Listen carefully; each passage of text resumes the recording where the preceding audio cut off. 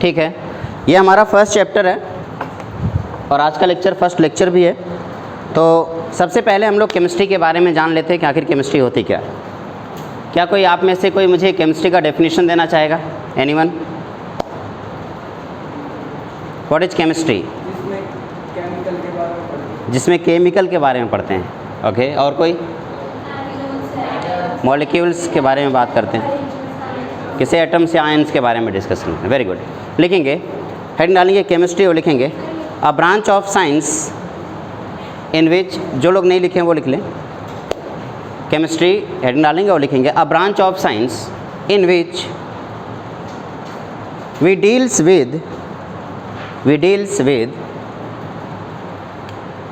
atom, molecules, its arrangement and its properties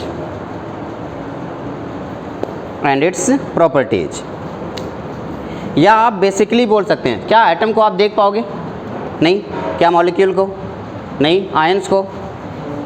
क्या air के एक पार्टिकल को आप देख पाओगे? नहीं, देख नहीं सकते हो ना। तो जिन चीज़ों को आप देख नहीं सकते हो यानी कि बहुत छोटे हैं, बहुत छोटे पार्टिकल को हम माइक्रोस्कोपिक पार्टिकल बोलते हैं। जिसको माइक्रोस्कोप से ही देखा जा सकता है उसको हम क्या बोलेंगे? Microscopic particle. और एक होता है मैक्रोस्कोपिक पार्टिकल। मैक्रोस्कोपिक पार्टिकल का मतलब जो बड़ा पार्टिकल है। तो केमिस्ट्री एक ऐसा सब्जेक्ट है जिसमें हम लोग छोटे पार्टिकल की स्टडी करेंगे। लिखेंगे, आप चाहें तो केमिस्ट्री का डेफिनेशन लिख सकते हैं, the study of matter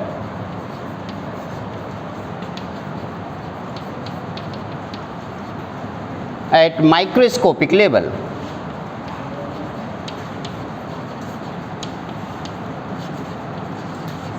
Study of matter at microscopic level is known as chemistry. किसी भी मैटर की माइक्रोस्कोपिक लेवल पे जो स्टडी होती है उसी को हम केमिस्ट्री बोलते हैं। अब एक वर्ड यहाँ पे यूज हुआ है कि मैटर। What is matter? क्या कोई मुझे बताना चाहेगा मैटर क्या है? Anything which occupy space and having some mass is known as matter. लिखेंगे, anything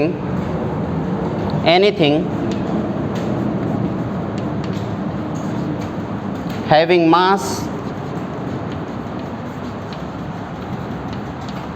and occupy some space called matter. Anything having mass and occupy some space called matter. पूरे universe में कोई भी ऐसी चीज़ जिसके पास मास हो और जो स्पेस ऑक्यूपाई करता हो उसको हम लोग मैटर कहते हैं। ज़रा इस पूरे क्लासरूम को ध्यान से देखो और मुझे किसी एक ऐसी चीज़ का नाम बताओ जिसके पास मास नहीं है। एनीथिंग? सबके पास है क्या बेटा? फीलिंग्स। Very good. और यहाँ पे इस पूरी क्लासरूम को जो चीज़ आप देख पा रहे हो इसमें से ज़रा देख के बताओ कि कौन सी ऐसी चीज़ें इसमें मास नहीं है। क्या सब में है? सारी चीज़ें हैं, सब में मास है। पक्का? चलो हिंट देता हूँ। हिंट दूँ? यहाँ पे एक ऐसी चीज़ है जिसकी वजह से हम सब कुछ देखते हैं बट उसी को नहीं देख पाते। लाइट। क्या लाइट में मास होता है? नहीं। लाइट एक तरीके का एनर्जी है। तो अगर उसमें मास नहीं है, बहुत ही सिंपल है ये पता करना कि मास होता है या नहीं होता है। क्या करोगे? किसी भी चीज़ को बस ऊपर की तरफ थ्रो कर दो। जैसे ये चौक है, मैंने ऊपर की तरफ इसको फेंक दिया, वापस कहाँ आया? नीचे। तो इसका मतलब ग्रेविटेशनल फोर्स काम कर रहा है और ग्रेविटेशनल फोर्स तभी काम करता है जब किसी के पास मास होता है। इसका मतलब इस चौक के पास मास है। सही ना बेटा? तो ये इसके पास मास है और ये अपना कुछ स्पेस भी ऑक्यूपाई कर रहा है, तो इसलिए हम इसको क्या बोलेंगे? मैटर। मेरा खुद का कुछ मास होगा तो क्या मेरा स्पेस भी होगा? मैं अपना एक स्पेस ऑक्यूपाई कर रहा हूँ ना। मैं जिस चेयर पे बैठूंगा उस पर आप थोड़ी बैठ पाओगे, मुझे हटाना पड़ेगा तभी तो आप बैठ पाओगे। तो स्पेस भी ऑक्यूपाई कर रहा हूँ तो मैं क्या हूँ? मैटर। तो दुनिया में कोई भी चीज़ जिसके पास मास है और जो स्पेस ऑक्यूपाई कर रहा है उसको मैटर बोलते हैं। अगर मुझे इस मार्कर के बारे में या इस चौक, मार्कर नहीं चौक है इस चौक के बारे में बात करनी है तो इस चौक के बारे में अगर मुझे बहुत कुछ जानना है तो इसको तोड़ना पड़ेगा। साइंस यहीं पर एक थोड़ा सा नेगेटिव पॉइंट होता है साइंस का, कि अगर आप कुछ भी जानना चाहते हो, किसी मैटर के बारे में स्टडी करना चाहते हो, तो आपको उस मैटर को ब्रेक करना होता है, तोड़ना पड़ता है। बगैर तोड़े आप इसको देख करके बता नहीं सकते हो, इसको जान नहीं सकते हो। पहले के टाइम में ऐसा हुआ करता था। आप महर्षि सुषुप्त का नाम सुने? एक महर्षि थे जो सबसे पहले प्लास्टिक सर्जरी किए थे। नहीं जानते हो ना आप लोग? उसे सुषुप्त संहिता बोलते हैं, जिस बुक में उन्होंने अपनी सारी चीज़ें लिखी हुई हैं। उनका ये कहना था कि वो बस ऐसे हाथ आपका पकड़ते थे, आपके पल्स को देखते थे और आपकी बॉडी में हो रही सारी बीमारियों के बारे में बता देते थे कि क्या क्या बीमारी आपकी बॉडी में है, सब कुछ बता देते थे। आजकल के डॉक्टर के पास चले जाओ, टच नहीं करेंगे, पहले आपसे पूछेंगे भैया आपको बताओ ज़रा प्रॉब्लम क्या है। आप बोलोगे डॉक्टर साहब बहुत बड़ी प्रॉब्लम है, तबीयत ख़राब है मेरी, फीवर है, सर दर्द कर रहा है, रात में सोते समय आंखें बंद हो जाती हैं, चलते समय पैर आगे पीछे होते हैं, ये सारी बीमारी आप बता दोगे। उन्होंने क्या किया, सारी बीमारियाँ एक कॉपी पे नोट कर लिया। नोट करने के बाद वो 50 टेस्ट लिख देंगे, आप जाओ वो टेस्ट कराओ और टेस्ट करा के उसका रिपोर्ट मेरे पास सबमिट करना। जब आप मेरे पास रिपोर्ट सबमिट करोगे तो उसी हिसाब से मुझे पता चल जाएगा कि आपको कौन सी बीमारी है। इन केस लैब में रिपोर्ट चेंज हो जाए, ऐसा भी पॉसिबल हो सकता है, तो दूसरे बंदे का प्रॉब्लम सब आपका हो गया, बस किसकी वजह से? रिपोर्ट चेंज होनी। अब वो दवाइयाँ उसी हिसाब से चलाना शुरू कर देंगे। पहले के जो डॉक्टर्स होते जिसे वैद्य बोलते थे, वो ऐसा काम नहीं करते थे। उनके अंदर इतना नॉलेज था कि वो किसी को देख करके ही बता देते थे कि इनको प्रॉब्लम है या नहीं है। आंखें चेक करते थे, नाक से निकल रहे सांस को टच करते थे, फील करते थे, सांस की गर्माहट को पता करते थे और उससे बताते थे इनको कौन सी बीमारी है। ये जो सांसों का ज्ञान है, ये अलग एक विज्ञान है। इसको रस शास्त्र बोलते हैं, शायद तुम लोगों ने कभी सुना ना हो। दुनिया में सारी चीज़ें, आपकी हर एक फीलिंग को कंट्रोल करने वाला आपका सांस है। आप कहोगे ऐसा थोड़ी होता है। जो आपकी पूरी लाइफ डिसाइड करता है, आप उसको इग्नोर करते हो। और क्या? सांसें। आप सोच रहे ऐसे कैसे? एक एग्जांपल से समझा देता हूँ। जब आप गुस्सा करते हो तो आपकी सांसें तेज़ हो जाती हैं, होती या नहीं? आपको गुस्सा आ रहा है तो सांसें तेज़ हो जाएंगी। आप बहुत ही शांत होकर के धीमी सांसों के साथ गुस्सा करके दिखाओ,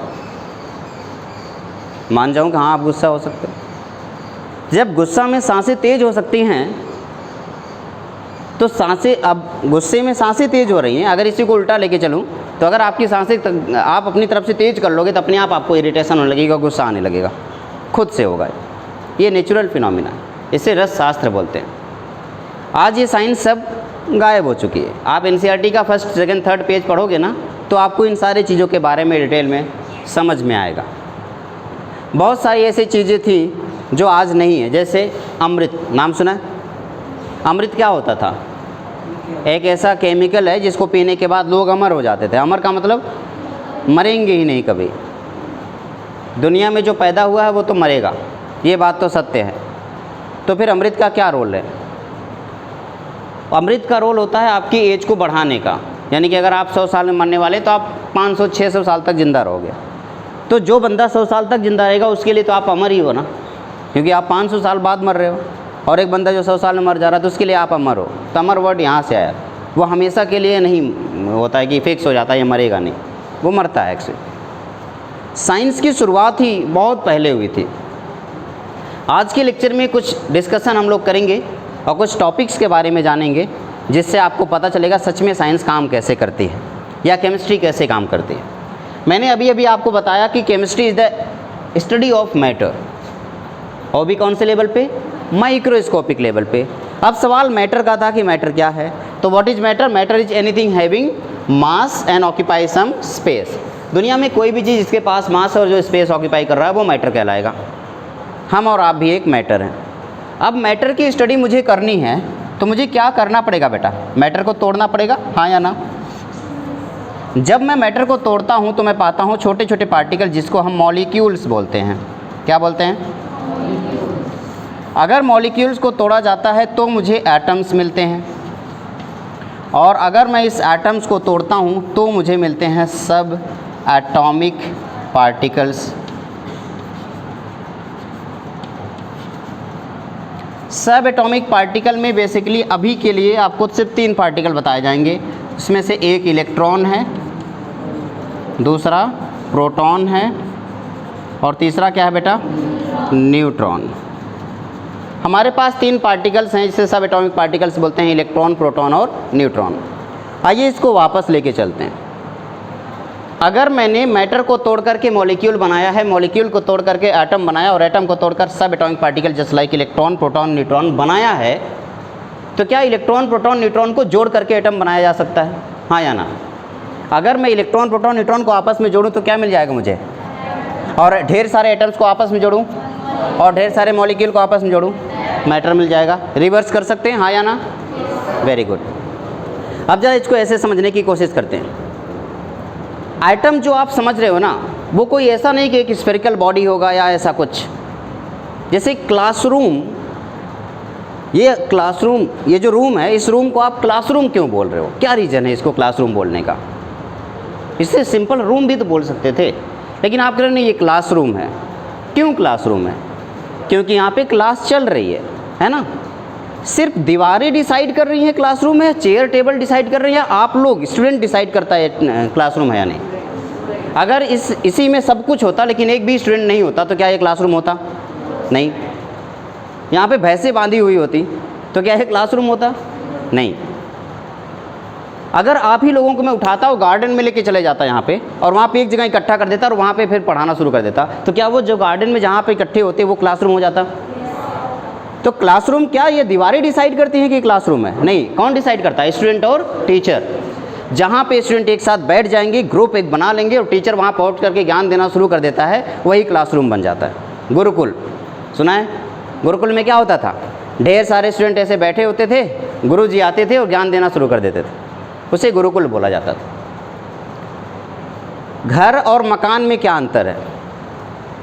एनीवन? घर घर होता है, मकान मकान। घर अपना होता है, मकान किसी का भी हो सकता है। और कोई? ईंट पत्थरों से, दीवारों से मकान बनता है, लेकिन जहाँ एक साथ एक परिवार रहने लगे वो घर कहलाता है। एक झोपड़ी ही क्यों ना हो, अगर वहाँ पे एक परिवार रह रहा है तो उसे घर बोलोगे। लेकिन एक बड़ा सा घर, बहुत बिल्डिंग बनी हुई है, लेकिन एक भी परिवार वहाँ नहीं रह रहा है तो आप क्या बोलोगे? वो मकान है। मुझे उस वाले मकान में जाना है। क्यों? क्योंकि अभी वहाँ पे कोई रह नहीं रहा है। अब वहाँ पे लोग रहना शुरू कर देंगे तो आप बोलेंगे मुझे उस वाले घर में जाना है। तो घर वर्ड का यूज़ तब करोगे जब फैमिली रहना शुरू कर देंगे। तो घर किससे बनता है? फैमिली से। मकान किससे बनता है? ईंट पत्थरों से। समझ रहे हो ना? मटेरियल से मकान बनता है, बट फैमिली से घर बनता है। एक फैमिली कहीं भी रोड के ऊपर उन्होंने क्या किया, पॉलीथीन ऐसे लगाया और वहीं पे रहना शुरू कर दिया, तो वो भी उनके लिए घर कहलाएगा। लेकिन क्या वो मकान है? नहीं, वो मकान नहीं है, वो घर है। घर और मकान में अंतर होता है। इसी तरीके से एटम की बात अगर करोगे तो एटम किससे मिलके बना है? इलेक्ट्रॉन, प्रोटॉन और, जहाँ मैंने इलेक्ट्रॉन, प्रोटॉन, न्यूट्रॉन का एक ग्रुप क्रिएट कर दिया, एक जगह इकट्ठे खड़ा कर दिया इलेक्ट्रॉन, प्रोटॉन, न्यूट्रॉन को, वो क्या बन जाएगा? एटम बन जाएगा। मैंने कहा, मैंने क्या किया, एक इलेक्ट्रॉन और एक प्रोटॉन लेकर के एक एटम बना दिया, ये एक एटम बन गया। इसी तरीके से मैंने क्या किया, 2 इलेक्ट्रॉन रखा, 2 प्रोटॉन रखा और 2 न्यूट्रॉन रखा और एक एटम बना दिया। इसी तरीके से मैंने 6 इलेक्ट्रॉन, 6 प्रोटॉन और 6 न्यूट्रॉन रखा और एक एटम बनाया। 9th में आप लोगों को पढ़ाया गया होगा, एक इलेक्ट्रॉन और एक प्रोटॉन वाले एटम को हाइड्रोजन बोलते हैं, 2 इलेक्ट्रॉन, 2 प्रोटॉन, 2 न्यूट्रॉन वाले को हीलियम बोलते हैं, 6 इलेक्ट्रॉन, 6 प्रोटॉन, 6 न्यूट्रॉन वाले को कार्बन बोलते हैं। हाँ या ना? कार्बन कार्बन क्यों है? क्योंकि वो काला है। कार्बन कार्बन इसलिए है क्योंकि उसके पास 6 इलेक्ट्रॉन, 6 प्रोटॉन और 6 न्यूट्रॉन है, इसलिए वो कार्बन है। हीलियम हीलियम इसलिए है क्योंकि उसके पास 2 इलेक्ट्रॉन, 2 प्रोटॉन और 2 न्यूट्रॉन है। सर, हाँ सर। टोटल कितने बच्चे हो गए हैं? क्वेश्चन ये है, देखिए जी, 5 और 15 बच्चे हैं अभी। ओके, तो हमारे पास हाइड्रोजन है। हाइड्रोजन, हाइड्रोजन क्यों है बेटा? क्योंकि उसमें एक इलेक्ट्रॉन और एक प्रोटॉन है। हीलियम हीलियम इसलिए क्योंकि उसमें 2 इलेक्ट्रॉन 2 प्रोटॉन और बस 2 न्यूट्रॉन भी तो हैं। अच्छा, कार्बन कार्बन इसलिए है क्योंकि उसमें 6 इलेक्ट्रॉन 6 प्रोटॉन 6 न्यूट्रॉन। क्या किसी ने पारस पत्थर का नाम सुना है? नहीं सुना है ना? तुम लोग कहानियाँ नहीं सुनते हो क्या? पारस पत्थर की खास बात क्या थी कि उससे किसी भी मेटल को टच करो तो मेटल गोल्ड में कन्वर्ट हो जाता था। यही होता था, किसी भी मेटल को टच करने पे वो गोल्ड में कन्वर्ट हो जाता है। सपोज दैट ये एल्यूमिनियम है और मेरे पास एक मैजिकल पत्थर जिसे हम पारस पत्थर बोलते हैं, अगर मैं इस पारस पत्थर से इसको टच करूं तो ये किस में कन्वर्ट हो जाएगा? क्या ऐसा लगता है कि ऐसा होता भी होगा? नहीं ना, ये सब कहानियाँ हैं, बस सिर्फ कहानी है। पक्का श्योर हो ना? ये सिर्फ कहानी है। सिर्फ ऐसा लगता है कि इस टाइप का ऐसा कोई स्टोन होता होगा जो जिससे हम किसी भी मेटल को टच करते थे तो वो गोल्ड में कन्वर्ट हो जाता था।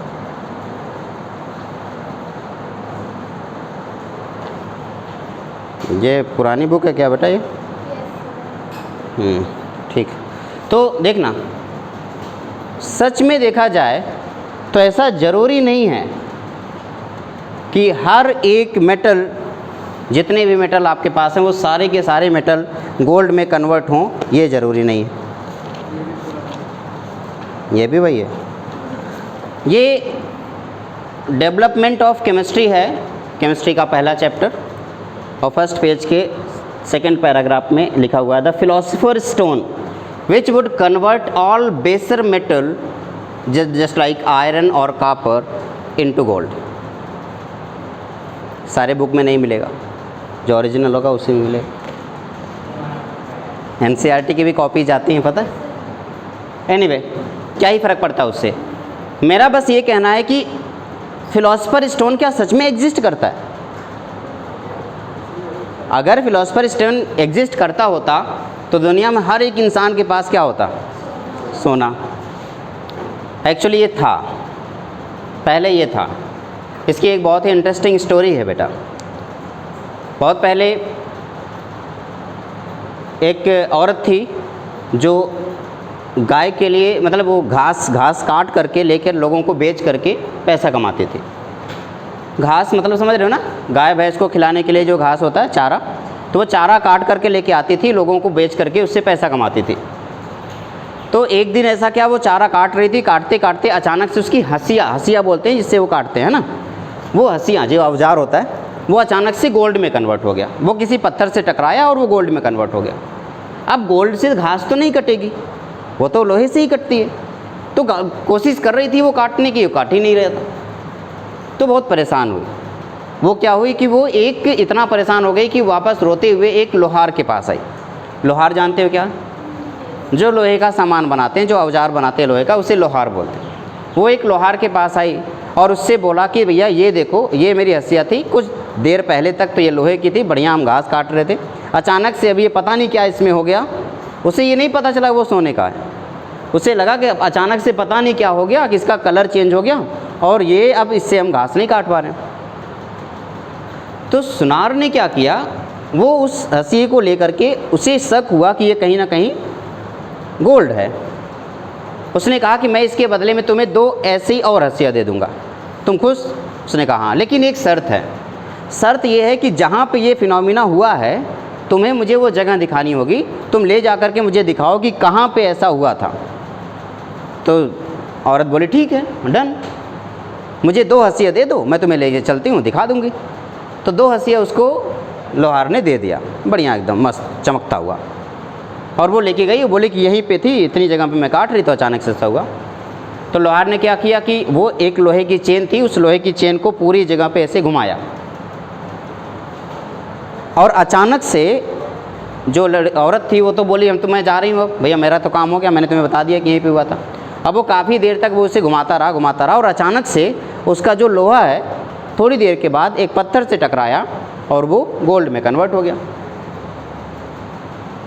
वो बहुत परेशान था लेकिन बहुत खुश भी था। वो उस पत्थर को, एक बहुत ही गंदा सा काला सा पत्थर था जो बहुत गंदा दिखने वाला पत्थर था, उस पत्थर को वो लेके घर पे आया अब उसको अपने लोहे के औजार के बीचों बीच रख दिया। अगले दिन सुबह वो पूरा का पूरा औजार सोने का बन गया। ऐसे धीरे धीरे वो अमीर हो गया, बहुत अमीर हुआ। इतना अमीर हो गया कि वहाँ के जिस राज्य में वो था, वहाँ के राजा से ज़्यादा धन उसके पास था। बहुत बड़ा व्यापारी बन गया। फिर राजा की जो संपत्ति है वो कम होने की वजह से राजा ने सोचा कि राजकुमार की शादी करेंगे तो दहेज में कुछ धन मिलेगा। उस राजा ने राजकुमार की शादी की। अच्छा, दहेज आप लोग यहाँ पता नहीं दहेज होता या नहीं, यूपी बिहार में दहेज बहुत होता है भाई साहब। लड़कों की बोली लगती है। ग्रुप डी में सरकारी नौकरी है 10 लाख रुपए है, ग्रुप बी में सरकारी नौकरी है 10 लाख प्लस एक बुलेरो। बोली लगती है सबकी। प्राइवेट नौकरी वालों को कुछ पूछता नहीं कोई, हम जैसे लोगों को कोई बोली नहीं लगती, लेकिन सरकारी में हो तो तुरंत पूछा जाएगा। तो हुआ ये कि अब शादी तय हुई। राजा को लगा कि राजकुमार की शादी में कुछ दहेज आएगा, मैं उस दहेज से अपना राज्य आगे बढ़ाऊंगा। लेकिन उस लोहार ने एक भी रुपया नहीं दिया। शादी हो गई, विदाई हो गई। लेकिन जाते जाते इकलौती बेटी थी तो उसने क्या किया, एक बहुत ही अच्छे से सूटकेस में, बहुत बाकायदे चमकता हुआ रेड कलर का सूटकेस था, उसके अंदर वो पत्थर एक रेड कलर के कपड़े में लपेट के दिया था। और उसने बताया, बेटा मेरी पूरी संपत्ति इसी की वजह से है। अब मुझे नहीं पता मैं कितने दिन तक ज़िंदा रहूँगा, ये सब तुम्हारा ही था, तो ये पत्थर भी मैं तुम्हें दे रहा हूँ। इस पत्थर को कभी भी लोहे के साथ या किसी भी मेटल के साथ रखोगे, बेसर मेटल होगा, तो उसके साथ टच होते ही ये वो उसको सोना बना देगा। लड़की बड़ी खुश हुई। वो उस संदूक को लेकर के डोली में बैठ गई और जाने लगी। आधे रास्ते सरजू नदी आई और वहाँ पे राजकुमार बहुत गुस्से में था। उसने डोली रुकाई, उसके बाद लड़की को उतारा, बोला कि मतलब यही कि दहेज नहीं मिला, ये है वो है, उल्टा सीधा। लड़की को उल्टा सीधा बोलने लगा। ये बेटा कहानी है। तो लड़की ने कहा कि नहीं, पिताश्री ने बहुत अच्छी चीज़ दी है तुम्हारे लिए दहेज में।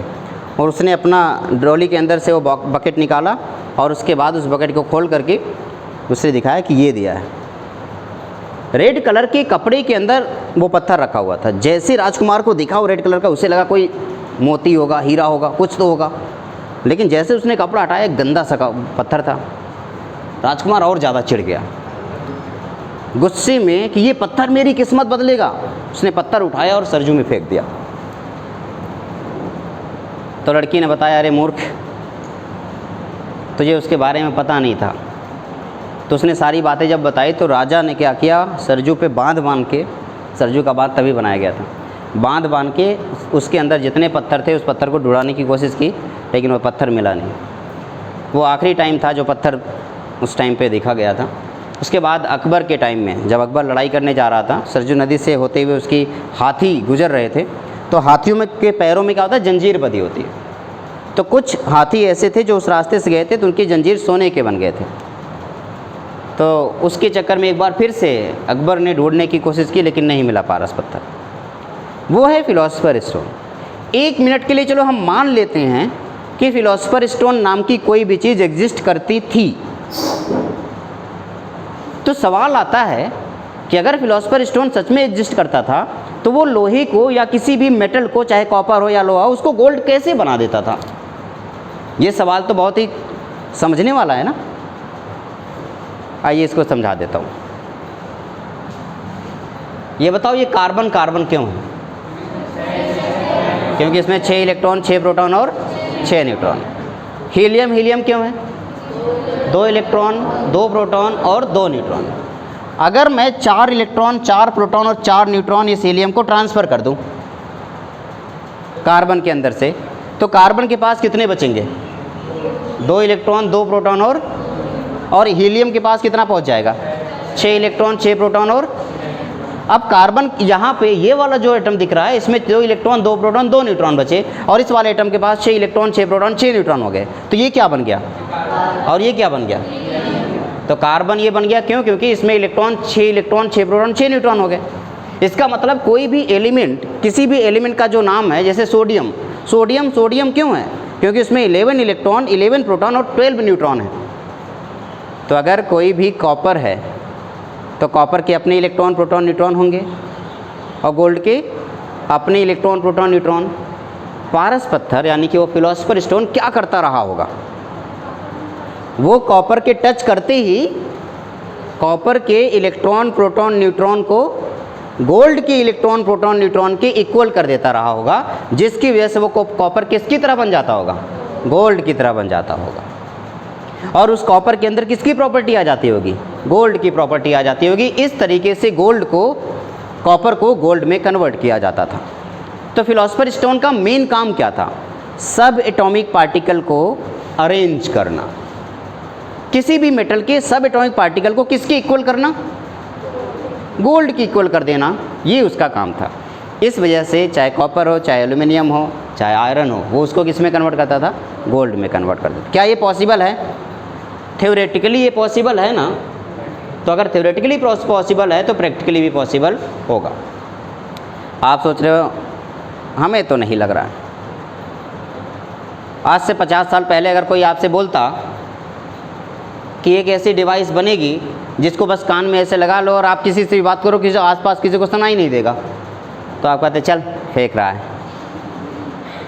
क्या आज है, क्या बोलते हैं उसको, ईयरबड्स।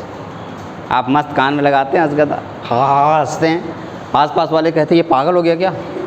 क्यों, क्योंकि उन्हें थोड़ी पता है कि आप क्यों हंस रहे हो, उन्हें तो लगेगा अपने आप से हंस रहा है। लेकिन हंस किस रहे हो आप, उस ईयरबड में आवाज़ सुनाई दे रही है और उसकी वजह से उधर से कोई बात कर रहा है, हेलो बाबू, इस वजह से आप हंस रहे हो। तो ये जो टास्क है कि किसी भी एटम को इलेक्ट्रॉन प्रोटॉन न्यूट्रॉन को रीअरेंज करके उस एटम को बदला जा सकता है, तो आप कहेंगे हाँ बिल्कुल बदला जा सकता है। तो जल्दी से मुझे बताओ, किसी भी एटम की प्रॉपर्टी और उसका नाम किसके बेस पे रखा जाता है। सब एटॉमिक पार्टिकल कौन है, वो इलेक्ट्रॉन प्रोटॉन और न्यूट्रॉन। इसके बदल दिए, अगर मैंने सब एटॉमिक पार्टिकल बदल डाला तो लाइफ जिंगा लाला, एटम भी बदल जाएगा कि नहीं बदलेगा, है ना। ठीक है, गुड। तो इस तरीके से हमने एटम के बारे में, उसके सब एटॉमिक पार्टिकल के बारे में समझने की कोशिश की। अब इधर बताना बेटा, आपने कहा कि सर सब एटॉमिक पार्टिकल का यूज करके आपने एटम बना दिया, तो अगर मैं आपसे एटम का डेफिनेशन पूछता तो आप सिंपली लिखते ना group of sub atomic particle. अब ऐसे तो हजारों एटम बनेंगे, आप इलेक्ट्रॉन प्रोटॉन न्यूट्रॉन बदलते जाओगे, एटम बदलता चला जाएगा, पता नहीं कितने एटम बन जाएंगे इससे। पीरियोडिक टेबल देखा है कभी, 118 एलिमेंट है, अभी तो एलिमेंट है, उसके आइसोटोप्स अलग से हैं, तो वो सब कहाँ से आए होंगे, उसके इलेक्ट्रॉन प्रोटॉन न्यूट्रॉन के रीअरेंज करने की वजह से आए होंगे। अब अगर मैं आपसे पूछ लूँ कि भैया मॉलिक्यूल क्या है, तो आप कहेंगे molecule is the, very good, molecule is the group of atoms. ध्यान देना बेटा, ग्रुप ऑफ एटम, ये एक छोटी सी लाइन लिखी हुई है, लेकिन इसी छोटी सी लाइन में ऑर्डिनरी स्टूडेंट तो नहीं, लेकिन एक्स्ट्रा ऑर्डिनरी स्टूडेंट जो, अरे आराम से बेटा, चोट तो नहीं लगी, कोई बात नहीं। इस ग्रुप ऑफ एटम की एक छोटी सी लाइन में 2 सवाल छुपे हुए हैं, कोई ढूंढ सकता है, एनीवन? इस एक लाइन में 2 सवाल छुपे हुए हैं। ग्रुप ऑफ एटम, सबसे पहला कि कौन सा वाला एटम, क्योंकि एटम तो बहुत सारे हैं, तो आप किस एटम की बात कर रहे हैं, कौन सा वाला एटम? क्या एक ही टाइप के एटम का ग्रुप बना रहे हो या अलग अलग टाइप के एटम का ग्रुप बना रहे हो, ऐसा पॉसिबल हो सकता है। और दूसरी बात, अगर ग्रुप है तो नंबर ऑफ एटम कितने हैं, 2 एटम का ग्रुप है, 4 एटम का ग्रुप है, 10 एटम का ग्रुप है, 20 एटम का ग्रुप है। तो 2 सवाल कौन कौन सा, सबसे पहला नंबर ऑफ एटम कितना यूज किया, और दूसरा कितने टाइप के एटम यूज किए गए। इस बेस पे मॉलिक्यूल को 2 तरीके से डिवाइड कर दिया गया। सबसे पहला जो तरीका था उसको हम बोलते हैं, अगर मैं सिर्फ टाइप ऑफ एटम की बात करूं तो ऐसा हो सकता है कि आप सेम टाइप के एटम यूज किए हों, और ऐसा हो सकता है कि आप डिफरेंट टाइप के एटम यूज किए हो। अगर आपने सेम टाइप का एटम यूज किया है, उस टाइम पे जो मॉलिक्यूल बनता है उसे होमो का मतलब होता है सेम, तो उस टाइप के मॉलिक्यूल को क्या बोलेंगे बेटा, होमो एटॉमिक मॉलिक्यूल। इसी होमो एटॉमिक मॉलिक्यूल को आगे चल के आप लोग एलिमेंट के नाम से जानेंगे। क्या बोलेंगे, बोल देंगे आप इसे एलिमेंट। दूसरा है हेट्रो, अगर वो डिफरेंट एटम यूज करेंगे तो हेट्रो एटॉमिक मॉलिक्यूल।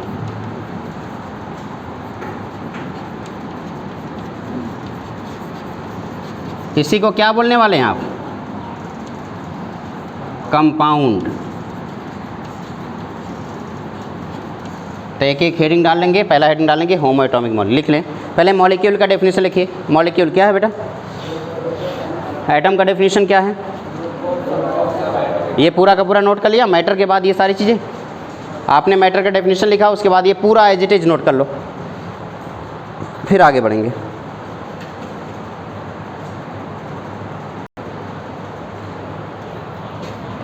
होमो एटॉमिक मॉलिक्यूल, बताओ बेटा। अभी अभी आपको बताया गया क्या है? Molecule having same type of atom, लिखेंगे molecule having same type of atom.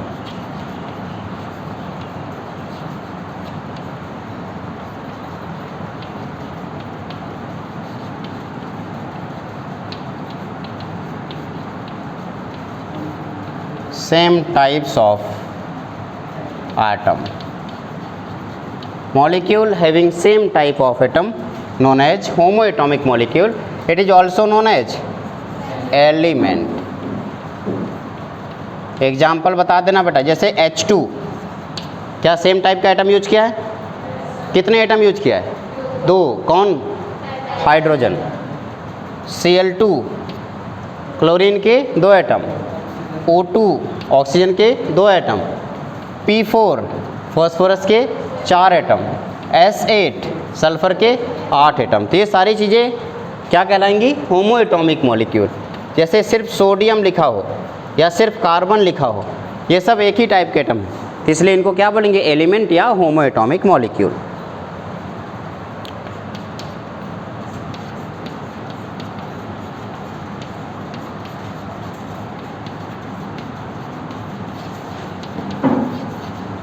Hetero atomic molecule अगला topic.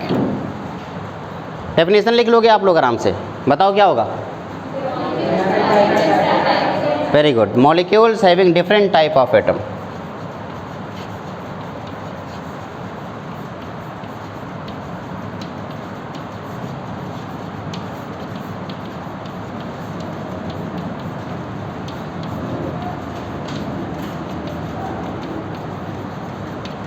Molecules having different type of atom. It is also known as compounds. Example बता दो। Water, CO2, HCl, HNO3, H2SO4 etcetera. ये सब क्या हैं? Heteroatomic molecule है, क्योंकि इसमें डिफरेंट टाइप के एटम यूज हुए हैं। H2O में टोटल कितने एटम यूज हुए हैं? 3, 2 हाइड्रोजन और 1 ऑक्सीजन। और कितने टाइप के एटम यूज हुए हैं? 2, 1 हाइड्रोजन और 1। CO2 में टोटल कितने एटम यूज हुए हैं? 3। और कितने टाइप के एटम यूज हुए हैं? 2। HCl में टोटल कितने एटम यूज हुए हैं? 2। कितने टाइप के एटम यूज हुए हैं? 2। HNO3 में टोटल कितने एटम यूज हुए हैं? 5। 3 ऑक्सीजन, 1 नाइट्रोजन, 1 हाइड्रोजन, 5। टोटल कितने टाइप के एटम यूज हुए हैं? 3 types, oxygen, nitrogen and hydrogen. Similarly H2SO4 है total 7 atom and how many types? 3 types, oxygen, sulphur and hydrogen. The number of atom present in one molecule is known as atomicity. एक नया word यहाँ पे मैं use करूँगा, atomicity.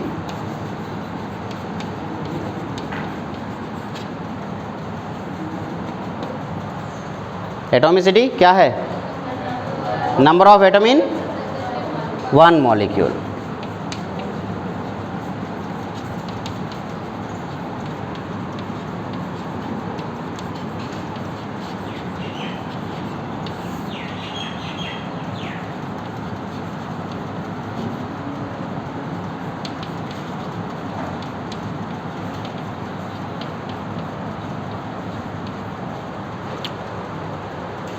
देखना बेटा, मैं कुछ मॉलिक्यूल लिखूंगा, आप उसका एटॉमिसिटी बताएंगे और फिर उसका नाम कि उसको बुलाया कैसे जाए। जैसे HCl एटॉमिसिटी बताओ। 2, एक हाइड्रोजन और एक, हो सकता है आप में से किसी ने कहा 3, क्या 3 हो सकता है? एक बार एक बच्चे से मैंने पूछा HCl में कितने एटम, उसने कहा 3। मैं खुद शॉक हो गया 1 मिनट के लिए। हमने कहा कहाँ कहाँ, उसने कहा एक H, एक C, एक L। तो क्या है C और L अलग अलग है क्या? नहीं, Cl एक ही एटम है, किसका? क्लोरीन का। तो टोटल नंबर ऑफ एटम कितने हो गए? 2। तो एटॉमिसिटी कितनी हो गई? 2। एटॉमिसिटी 2 है। जब किसी की एटॉमिसिटी 2 होता है तो उसे डाई एटॉमिक मॉलिक्यूल बोलते हैं। क्या बोलेंगे बेटा? Diatomic molecule. इसका नाम हो गया डाई एटॉमिक मॉलिक्यूल। अगर मैं ऐसे आपसे कहता कि H2O बताओ एटॉमिसिटी कितनी है? 3, तो इसका नाम try atomic molecule. Very good, इसका नाम हो जाएगा ट्राई एटॉमिक मॉलिक्यूल। ठीक है। इसी तरीके से अगर मैं आपसे पूछता H2O2 बताओ, 4, एटॉमिसिटी 4, नाम tetra, tetra atomic molecule. HNO3 बताओ बेटा, 5, क्या नाम होगा? पेंटा, पेंटा एटॉमिक मॉलिक्यूल। इसी तरीके से H2SO4 बताओ बेटा, 7, क्या होगा? हेप्टा, 7 के लिए hepta.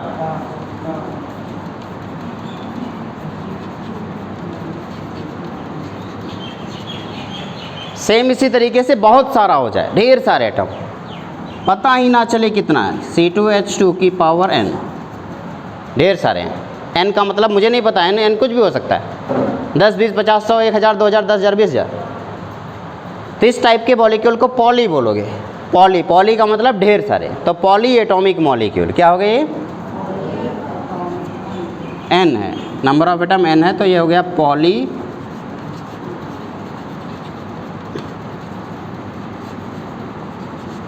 Molecule, poly atomic molecule.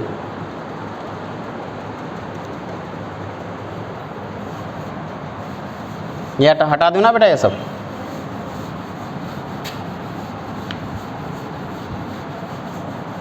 तो फटाफट मुझे बता दीजिए, क्या आपने एटम और मॉलिक्यूल सीख लिया? तो बताइए एटम किससे बना है? कितने टाइप के सब एटॉमिक पार्टिकल्स हैं? कौन कौन से? Very good. तो definition of atom is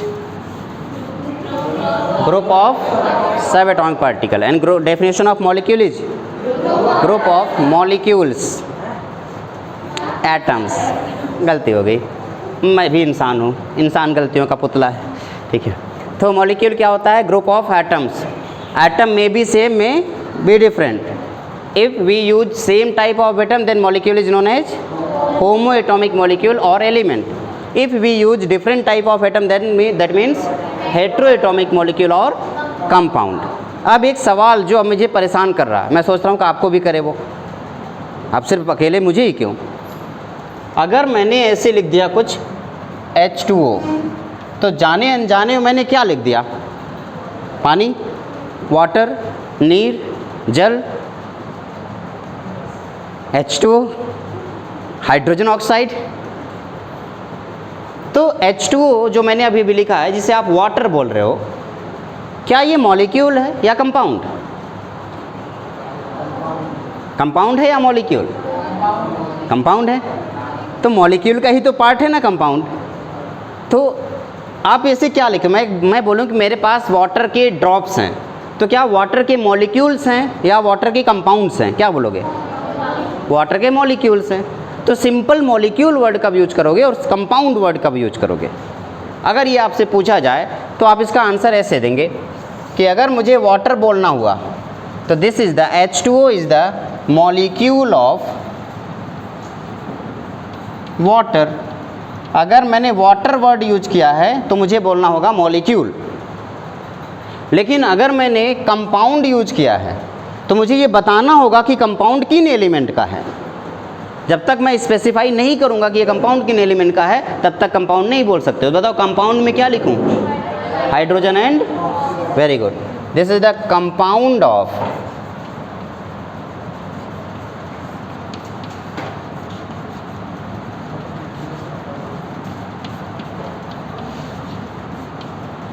oxygen and hydrogen.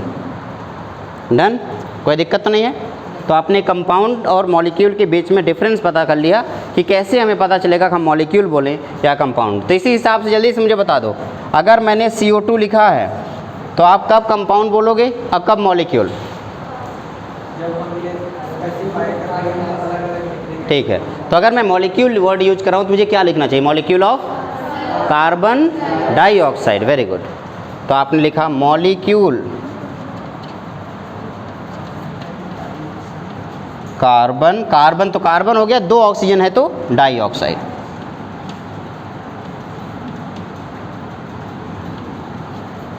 लेकिन अगर मैं कंपाउंड लिख रहा हूं तो क्या करूंगा?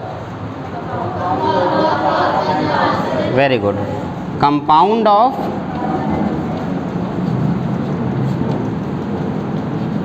Carbon and oxygen.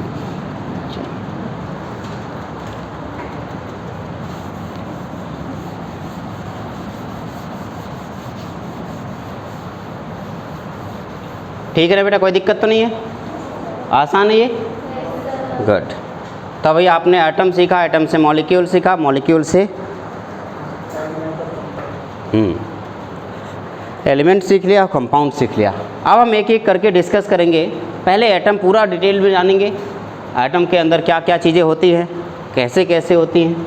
उसके बाद फिर हम मॉलिक्यूल के बारे में डिस्कशन करेंगे, देन हम मैटर तक पहुँचेंगे। ठीक है, तो पहला हेडिंग अब डालेंगे एटम, और एटम के बारे में फ़िलहाल सारी बातें ध्यान से देख लेते हैं। आप सोच रहे हो अभी तो एटम के बारे में सब सीखा है, अभी तो यही सोच रहे हो ना कि एटम के बारे में अभी अभी तो आपने बताया है, पूरी बातें नहीं जानते हो आप, सब आप जानेंगे। एटम, एटम क्या है? Simply group of sub atomic particle, यानी कि electron, proton and neutron. Electron, proton, neutron सब एटॉमिक पार्टिकल, वेरी गुड। अगर मैं आपसे ये कहता कि भैया एटम है तो एटम को लिखा भी जाना चाहिए, और लिखने के लिए मुझे एक सिंबल की ज़रूरत पड़ेगी। मैंने किसी भी एटम के सिंबल को एक्स मान लिया, मैंने मान लिया कि एक एटम है जिसको एक्स से रिप्रेजेंट कर रहे हैं। सिर्फ एक्स से रिप्रेजेंट कर देना पूरी तरीके से सही नहीं होगा, 2 और चीज़ें भी ज़रूरत है। ये भी बताना पड़ेगा कितने इलेक्ट्रॉन हैं, कितने प्रोटॉन हैं और कितने न्यूट्रॉन है उस एटम के अंदर। तो इस बात को बताने के लिए 2 नंबर्स डिसाइड किए गए, एक को एटॉमिक नंबर बोलते हैं और दूसरे को मास नंबर। एटॉमिक नंबर को Z से रिप्रेजेंट करते हैं और मास नंबर को A से रिप्रेजेंट करते हैं, और इस तरीके से एक पूरा का पूरा एटम का सिंबल तैयार होता है। इसको कोई ज़रूरी नहीं कि Z और X ऐसे लिखा जाए, हो सकता है कई बुक में आपको Z और A ऐसे नज़र आए, हो सकता है कई बुक में आपको Z और A ऐसे नज़र आए, हो सकता है कई बुक में Z और कॉमा A नज़र आए, हो सकता है कई बुक में X, Z और A नज़र आए। कई तरीके से लिखा जा सकता है। अब आप बताओ हम लोग कौन सा वाला तरीका यूज करें? फर्स्ट वाला? कोई भी यूज करें? चलो फर्स्ट वाला यूज करेंगे। ठीक, हम फर्स्ट वाला तरीका यूज करते हैं, ये सबसे सिंपल लग रहा है ना, थोड़ा अच्छा भी लग रहा है। तो फर्स्ट ऐसा लगता है ऐसे मेकअप वेकअप करके बैठाएंगे। तो आइए इसके बारे में डिस्कशन कर लेते हैं। मान लीजिए अगर आपको कुछ एलिमेंट हैं जिनके बारे में बात करनी है, जैसे हाइड्रोजन। हाइड्रोजन का एटॉमिक नंबर कितना होता है? 1। मास नंबर कितना होता है? 1। ऐसा हुआ। तो ये Z क्या है बेटा? यहाँ पे Z क्या होता है?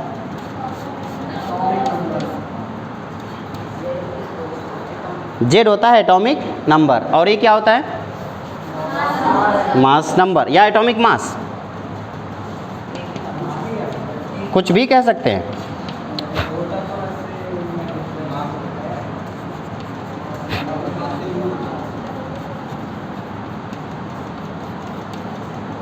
बेटा कंपटीशन और बोर्ड में अंतर है, थोड़ी सी गलती कर दी है ना, सब काम खत्म।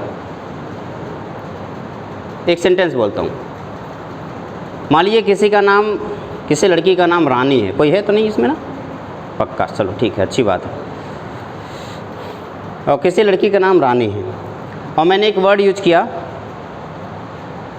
इस पूरी क्लास में नहीं, या फिर ऐसा लिख दूँ, इस क्लास में रानी भी मोटी लड़की है। रानी भी मोटी लड़की है का मतलब क्या हुआ?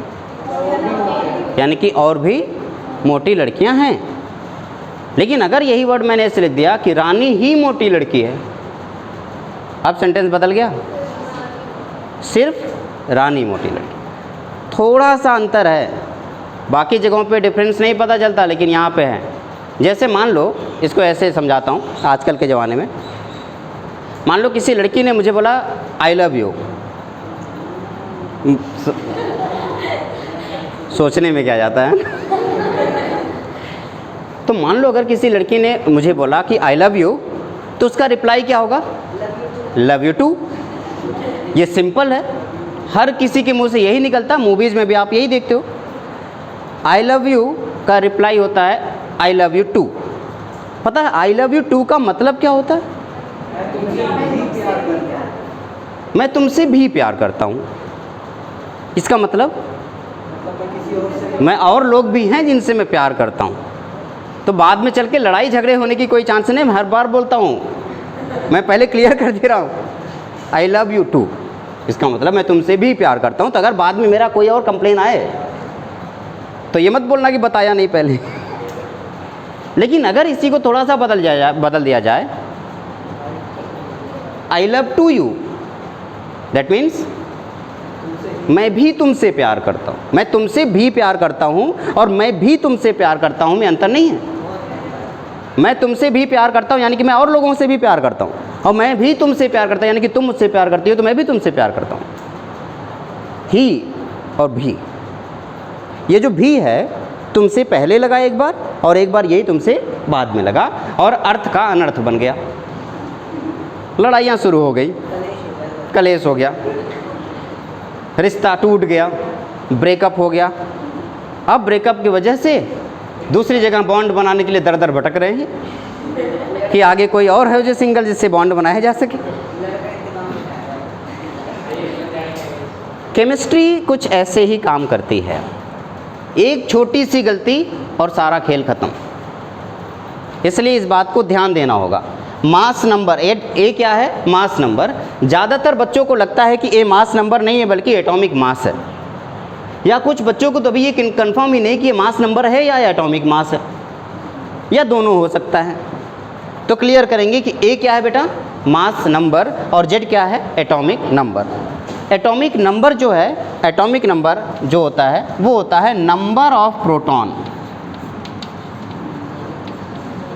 किसके इक्वल होगा? नंबर ऑफ प्रोटॉन के। और मास नंबर होता है number of proton plus number of neutron. तो मान लीजिए अगर कहीं पे कोई एटम लिखा हो तो हमें क्या क्या पता चल जाएगा? मास नंबर पता चल जाएगा और एटॉमिक नंबर पता चल जाएगा, तो हम सब कुछ निकाल सकते हैं। आप कहोगे कैसे? आओ इसको ऐसे सीख लेते हैं। पहले मैं यहाँ पे कुछ पॉइंट्स लिख दे रहा हूँ। अगर आपको नंबर ऑफ प्रोटॉन निकालना है किसी भी एटम को देख करके, तो अगर आपको किसी भी एटम को देख के नंबर ऑफ प्रोटॉन निकालना, तो बेसिकली आप क्या देखना चाहते हो? Atomic number. यस और नो? तो आपने कहा सर मैंने एटॉमिक नंबर देख लिया, नंबर ऑफ प्रोटॉन आ गया। अगर मैंने आपसे कहा कि मुझे नंबर ऑफ न्यूट्रॉन चाहिए, तब आप क्या बोलोगे? तो आप कहेंगे प्रोटॉन यहाँ पे है, न्यूट्रॉन चाहिए, तो यानी कि मास नंबर माइनस प्रोटॉन, यानी कि mass number minus atomic number. तो आप कहेंगे कि mass number minus atomic number. मैं समझ गया, ठीक है, अच्छी बात है। लेकिन नंबर ऑफ इलेक्ट्रॉन के लिए क्या करोगे? अगर आपको नंबर ऑफ इलेक्ट्रॉन चाहिए मान लो, उस टाइम पे देखना क्या होगा। सबसे पहले पता करोगे क्या उस एटम के ऊपर कोई चार्ज है या नहीं है। अगर कोई चार्ज है तो एटॉमिक इलेक्ट्रॉन निकालने के लिए अलग वैल्यू यूज करेंगे, और अगर चार्ज नहीं है तो अलग वैल्यू। फिलहाल मैं एक ही फार्मूला देता हूँ, उसी से काम हो जाएगा। Number of electron equals to number of proton, या एटॉमिक नंबर बोल सकते हो। चलो मैं एटॉमिक नंबर लिख देता हूँ। एटॉमिक नंबर माइनस चार्ज, जो भी चार्ज है उस एटॉमिक नंबर से सब्ट्रैक्ट कर दो, आपको नंबर ऑफ प्रोटॉन निकल जाएगा। आइए कुछ क्वेश्चन से शुरुआत करते हैं। हाइड्रोजन 1H1, बताना बेटा इसका एटॉमिक नंबर कितना है। एटॉमिक नंबर यानी कि Z की वैल्यू आपकी है 1। मैंने कहा मास नंबर कितना है, मास नंबर यानी कि A की वैल्यू हो गई 1। मैंने कहा नंबर ऑफ प्रोटॉन बताओ, नंबर ऑफ प्रोटॉन क्या है, एटॉमिक नंबर की इक्वल यानी कि 1। नंबर ऑफ न्यूट्रॉन बताओ बेटा 0। नंबर ऑफ इलेक्ट्रॉन बताओ बेटा 1। क्या कोई चार्ज है क्या इसके ऊपर, नहीं कोई चार्ज नहीं है ना, इसलिए 1। Very good. अब मुझे कोई बताएगा सोडियम, सोडियम का एटॉमिक नंबर 11 है, मास नंबर 23। अब इसके लिए आपको क्या करना है, सबसे पहले बताओ एटॉमिक नंबर, आपने कहा 11। मास नंबर बताओ बेटा, नंबर ऑफ प्रोटॉन,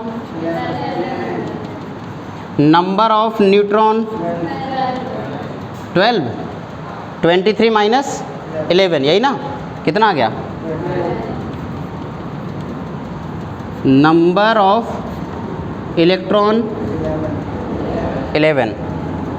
आसान है, अभी तक तो लग रहा है, चलो नोट करो इसे।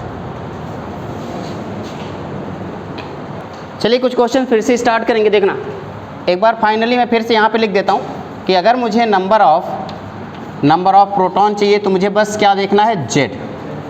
अगर मुझे नंबर ऑफ न्यूट्रॉन चाहिए तो मुझे A माइनस Z करना होगा, और अगर मुझे नंबर ऑफ इलेक्ट्रॉन चाहिए तो मुझे Z माइनस चार्ज। ठीक है ना बेटा। आओ ने 2 क्वेश्चन इधर करा दिया, कितने 2 हुए थे ना। तीसरा, अगर मैं आपसे कहता कि सोडियम प्लस है तो सोडियम का एटॉमिक नंबर कितना होता है 11, और मास नंबर कितना होता है 23, और ये प्लस क्या बता रहा है, चार्ज। आओ सबसे पहला काम होगा इसमें नंबर ऑफ प्रोटॉन बताना। बताओ बेटा 11, तो नंबर ऑफ न्यूट्रॉन कितना होगा, वही 23 माइनस 11 यानी कि 12, यही हुआ ना बेटा। आप बताना नंबर ऑफ इलेक्ट्रॉन कितना होगा। नंबर ऑफ इलेक्ट्रॉन आपने कहा टोटल कितना है, Z क्या है 11, चार्ज कितना है +1 का, तो कितना आ गया आंसर 10। कितने इलेक्ट्रॉन हुए 10, यानी कि जितने इलेक्ट्रॉन पहले थे उसमें से एक इलेक्ट्रॉन उन्होंने निकाल दिया, और जिसकी वजह से सोडियम के ऊपर पॉजिटिव चार्ज आ गया। कोई मुझे मैग्नीशियम का एटॉमिक नंबर बताएगा बेटा 12, और मास नंबर 24। चलो जल्दी से मुझे बताइए।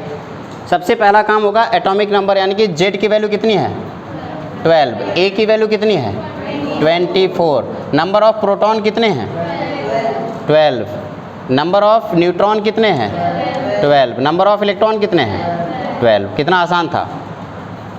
Mg प्लस 12 24, बताओ बेटा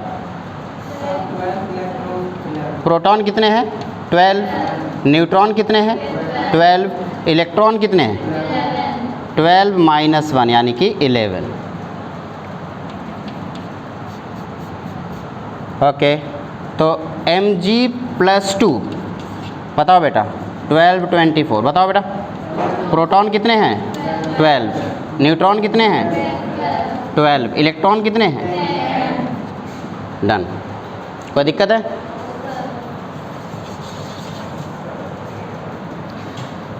नाइट्रोजन 714 होता है, तो आपको नाइट्रोजन का n minus n minus minus n minus minus minus, बताओ फटाफट शुरू हो जाओ।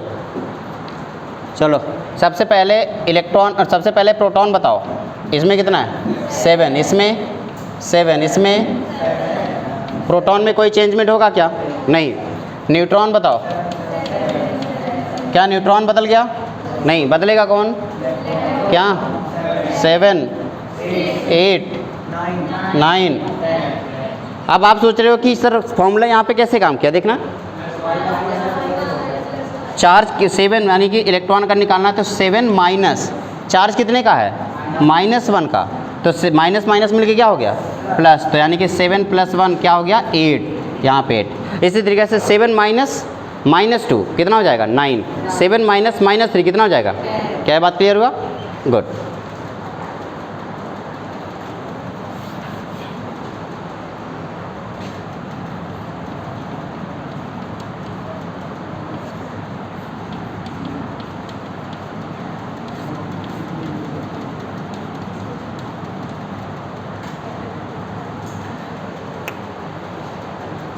तो किसी भी एटम को देख करके या किसी के एटम के सिंबल को देख करके आप उसका एटॉमिक नंबर निकाल लोगे, हाँ या ना, कोई दिक्कत परेशानी तो नहीं है, गुड। तो आपने एटॉमिक नंबर देख लिया, मास नंबर देख लिया, अब हम हेडिंग डालेंगे एटॉमिक मास। पहले ये सब नोट कर लो।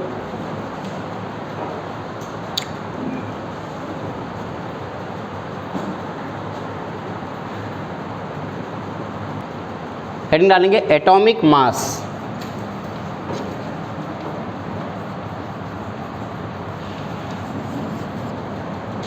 किसी का मास का मतलब क्या हुआ, किसी का मास का मतलब उसके अंदर कितना अमाउंट में सब्सटेंस प्रेजेंट है, मैटर कितने अमाउंट में प्रेजेंट है, उसी को मास बोलते हैं। और अगर उसी मास को ग्रेविटेशनल एक्सीलरेशन से मल्टीप्लाई कर दे तो वेट आ जाता है।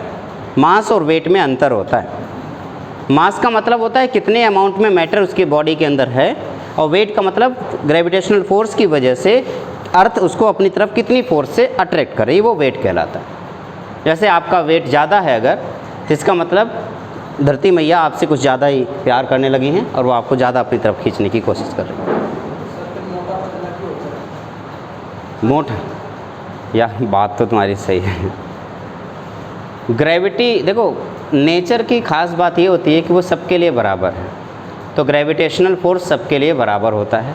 पर जो ज़्यादा मास वाला होता है तो उसे फील होता है अपना वेट ज़्यादा, इस वजह से ज़्यादा दूर दौड़ नहीं पाता, दौड़ता थक जाता है। क्यों? क्योंकि ग्रेविटी के फोर्स के अगेंस्ट वो काम करने की कोशिश कर रहा है और इस वजह से वो कर नहीं पा रहा और थक जा रहा है। लेकिन इतना नहीं जितना कि मोटा थकता है। हाँ, वो अलग बात है कि मोटा भी है फिर भी एनर्जेटिक है। एनर्जी भी तो होनी चाहिए, इंटरनल एनर्जी बोलते हैं। जब आपको थर्मोडायनेमिक्स पढ़ाया जाएगा तो सिखाऊंगा मैं आखिर ऐसा क्यों होता है, पतला क्यों जल्दी थकता है या मोटा क्यों जल्दी थकता है, और मोटा मोटा क्यों होता है, पतला पतला क्यों होता है।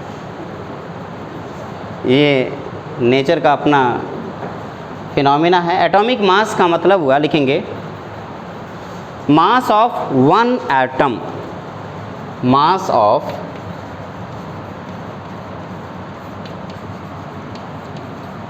One atom. किसी एक एटम का मास एटॉमिक मास कहलाएगा। एक बात बताना ज़रा बेटा, मैं मार्केट गया सब्जी खरीदने और मैंने ढेर सारे फ्रूट्स खरीदे, उसमें बनानास था, एप्पल थे, ऑरेंज थे, मैंगोज, और उन सबको एक साथ एक पॉलीथीन में भर के वेइंग मशीन पे डाल दिया। तो मैंने वेट किसको किया? फ्रूट्स को, फ्रूट्स को वेट किया ना। और वो फ्रूट में हमारे पास 3 फ्रूट थे, एप्पल, ऑरेंज एंड बनानास। तो जाने अनजाने मैंने किसको वेट किया? इन्हीं तीनों को वेट किया होगा ना। आप कहेंगे बनानास तो वेट करके मिलता नहीं है, हटा दो, मैंगोज ले लो। तो आपके पास ऑरेंज था, मैंगो था और एप्पल थे। ये इनको आपने एक पॉलीथीन में भरा और उसको वेइंग मशीन पे डाल के वेट कर लिया। आपने क्या बोला कि मैंने फ्रूट्स का वेट किया है, लेकिन जाने अनजाने में आपने वेट किसको किया? एप्पल्स का, मैंगोज का और ऑरेंज का। तो आप कहते हो कि आप एटम का वेट कर रहे हो, एक्चुअल में आप वेट किसको कर रहे हो? सब एटॉमिक पार्टिकल। कौन से सब एटॉमिक पार्टिकल? इलेक्ट्रॉन, प्रोटॉन और न्यूट्रॉन। एटम तो बस कहने का है। जैसे फ्रूट, फ्रूट तो ढेर सारे फ्रूट्स का ग्रुप भी हो सकता है ना। तो सेम ऐसे ही अगर मैं एटॉमिक मास की बात कर रहा हूँ, यानी कि मास ऑफ वन एटम की बात कर रहा हूँ, that means mass of all sub atomic particle in atom. Atom के अंदर जितने भी सब एटॉमिक पार्टिकल हैं उन सब का मास क्या कहलाएगा? एटॉमिक मास कहलाएगा। तो अगर मैं यहाँ से आपसे पूछूँ कि इसका फॉर्मूला लिख सकते हो, तो आप कहेंगे हाँ, atomic mass this is equals to mass of electron plus mass of all protons plus mass of all neutrons. All electrons, all protons और ऑल न्यूट्रॉन्स का मास आपस में ऐड करोगे तो क्या हो जाएगा? एटॉमिक मास आ जाएगा। बेटा इलेक्ट्रॉन का जो मास होता है वो होता है 10 AMU। AMU का मतलब होता है एटॉमिक मास यूनिट। प्रोटॉन का जो मास होता है वो होता है 1 AMU और न्यूट्रॉन का मास भी 1 AMU होता है। अगर मैं आपसे कहूँ कि मुझे एटॉमिक मास का फॉर्मूला चाहिए, एटॉमिक मास का, तो आप कहेंगे मास ऑफ ऑल इलेक्ट्रॉन क्या हो गया? 0। ये तो 0 हो गया ना, क्योंकि इलेक्ट्रॉन का मास क्या हो गया? 0 plus mass of all proton. एक बात बताओ, अगर मैं आपको एक प्रोटॉन का मास दे दिया हूँ और मुझे एक एटम के अंदर प्रोटॉन का मास चाहिए, तो क्या और चाहिए होगा? नंबर ऑफ प्रोटॉन चाहिए होंगे, है ना। अगर मुझे नंबर ऑफ प्रोटॉन मिल जाए तो काम हो जाएगा।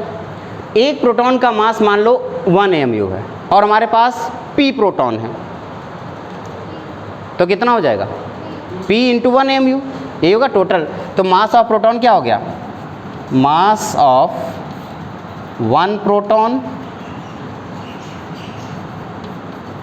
Multiplied by number of proton plus, यहाँ पे बताओ, mass of 1 neutron into number of neutron. Mass of 1 proton कितना है? 1 AMU, यानी कि number of proton multiplied by 1 AMU plus number of neutrons multiplied by 1 AMU। थोड़ा सा मैथ का रूल लगाएं, क्या 1 AMU दोनों में कॉमन हो जाएगा बेटा? तो अगर 1 AMU कॉमन हो जाएगा तो बचेगा number of protons plus number of neutrons multiplied by,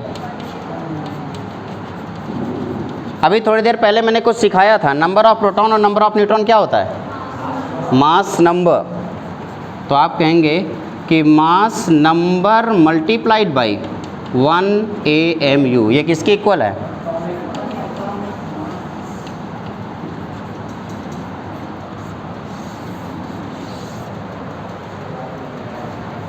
अगर मैं ऐसे कार्बन लिखता 612, तो मैंने, अगर मैं आपसे पूछता कि मास नंबर क्या है बेटा?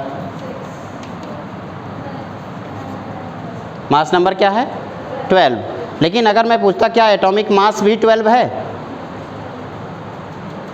क्या एटॉमिक मास भी 12 है? 12A। आप सोच रहे हैं इसमें अंतर ही क्या है? अंतर है। जैसे अगर आपसे पूछा जाए मेरा मास कितना है या मेरा वेट कितना है, मान लो अगर पूछा जाए, तो मैं अपना वेट बता देता हूँ 40 किलो। नहीं, मतलब ज़्यादा होगा ना, 60 किलो होगा। 40 तुम्हारा है तो 60 मेरा होगा, ठीक, डन। तो अगर कोई आपसे पूछे कि बेटा सर आपके केमिस्ट्री वाले सर का मास कितना है, तो आप बोलेंगे 60। तो क्या करेक्ट आंसर है? इनकरेक्ट है। क्यों? क्योंकि 60 टन, क्या 60 टन है? मैं हाथी थोड़ी हूँ। 60 टन, 60 ग्राम, मैं चौक थोड़ी हूँ 60 ग्राम में काम चल जाएगा। यूनिट इतना ज़्यादा मैटर करता है आपके लिए, 60 किलोग्राम। तो ये जो यूनिट है ये बहुत ज़्यादा मैटर करता है। अगर आपने यूनिट गलत कर दिया तो सब कुछ गलत हो जाएगा, सब कुछ गलत। सोचो मेरी हाइट को मेजर करना है, हाइट की बहुत सारी यूनिट है, तो आप किस में मेजर करोगे? सेंटीमीटर में, इंचेज में या फीट में? मैं कहूँ किलोमीटर में कितने हैं मेरी हाइट? ओके, पागल हो गया, किलोमीटर मतलब कुछ भी, मतलब किलोमीटर, कौन किलोमीटर का होगा? तो ये जो यूनिट बनाई गई ना, ये यूनिट एरर को कम करने के लिए बनाई गई। आपको एरर एंड मेजरमेंट पढ़ाया गया होगा, यूनिट एंड मेजरमेंट पढ़ाया गया ना, एरर नहीं पढ़ाया गया अभी, एरर पढ़ाया जाएगा आगे। किसी भी यूनिट को मेजर करते समय कुछ न कुछ एरर आता है, उस एरर को मिनिमाइज करने के लिए हर एक थोड़ी थोड़ी दूरी पे आपको अलग अलग यूनिट बना दिया गया। आज का यूनिट अलग है, इससे पहले की यूनिट अलग था। आज हमारे पास रुपया है, पहले रुपया नहीं होता था, पहले पैसे होते थे, कौड़ी होती थी, आना होता था, 16 आना 1 रुपए को बोलते थे। कौड़ी 40 कौड़ी होती थी। तो ये तुम्हें फूटी कौड़ी भी नहीं दूंगा, फूटी कौड़ी होता था ना। आज डिस्टेंस को मेजर करने के लिए किलोमीटर, मीटर, सेंटीमीटर यूज करते हैं। पहले ऐसा नहीं यूज होता था। पहले होता था युग, सहस्त्र, योजन, ये सब यूज करते थे। और हनुमान चालीसा में एक लाइन लिखा था तुलसीदास ने, युग सहस्त्र योजन पर भानु लिल्यो ताहि मधुर फल जानू। इसका मतलब समझ रहे हो? एक युग, एक सहस्त्र और एक योजन। एक युग 12,000, एक सहस्त्र 1,000, योजन 12.5। सबको आपस में मल्टीप्लाई कर दो, जितना डिस्टेंस आएगा उतना किलोमीटर है। सन से अर्थ के बीच की डिस्टेंस। तो पहले का जो डायमीटर होता था वो अलग है। पहले का मेजरमेंट यूनिट जो होती थी वो अलग होती थी। आज की मेजरमेंट यूनिट अलग है। लेकिन हो सकता है आज से कुछ टाइम के बाद मेजरमेंट यूनिट बदल जाए। क्यों? क्योंकि जिस हिसाब से साइंस आगे बढ़ रही है, एक टाइम आएगा कि हर किसी का अपना घर नहीं होगा बल्कि अपना प्लेनेट होगा। उस टाइम पे एक प्लेनेट से दूसरे प्लेनेट पर जाने के लिए आपको अलग यूनिट यूज करना पड़ेगा। सिर्फ किलोमीटर, मीटर से काम नहीं चलेगा। फिर लाइट ईयर यूज करना होगा आपको, एक नई यूनिट लाइट ईयर। आज नहीं तो कल तो होगा ये दिन। हो सकता है मैं मर जाऊं लेकिन आप लोग जिंदा रहोगे इसे देखने के लिए। पता नहीं रहोगे कि नहीं।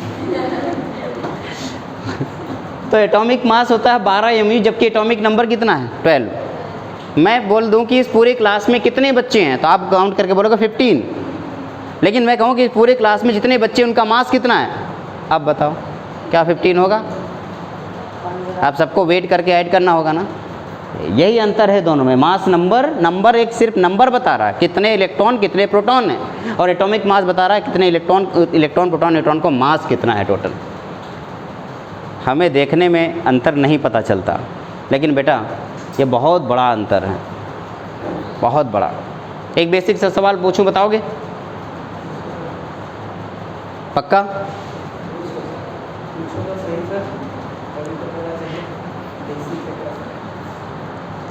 ओके, ठीक है।